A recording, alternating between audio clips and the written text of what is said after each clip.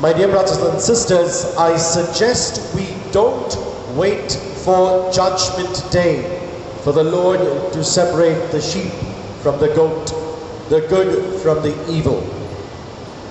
I suggest that each opportunity we have to turn away from our sinful and evil ways should be grabbed so that we can resist evil and return back to God's love.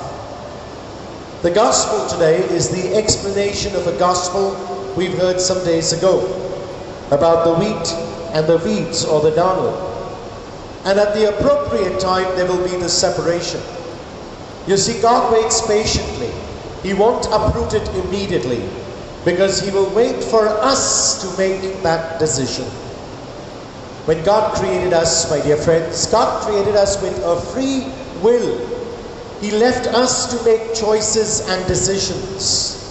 And it should dawn upon us at times that we are making the wrong choices, the wrong decisions, and we need the inspiration and the grace that comes from God for us to make that realization so that there is a change in our behavior and in our ways of living.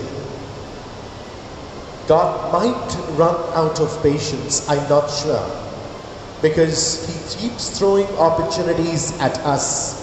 And if we don't grab these opportunities, it will be too late. We can do simple things in life, my dear brothers and sisters. There has to be a starting point somewhere. And we need to make that decision. Where do we start with? Perhaps a good thing would be to first sit down and list all the evil ways that I'm so gripped up in. All the bad things that I constantly do. All the habits that seem to go against God's love. Once I've done that, start somewhere, a small way, one thing at a time, and keep working on that, my dear brothers and sisters. It's not all that difficult. It's a little tough sometimes to turn around. It's a little tough to move away from habits that we're so grown into. But it's not impossible. If we realize the greater good that we will be passing judgment on ourselves ultimately, I think we should live with that hope that God keeps giving us chances from time to time. I pray that that separation of the weed from the wheat will be done by us ourselves. Let's not wait for God to pass judgment, but let us make that decision and let's not procrastinate. Do it today. Don't wait for tomorrow.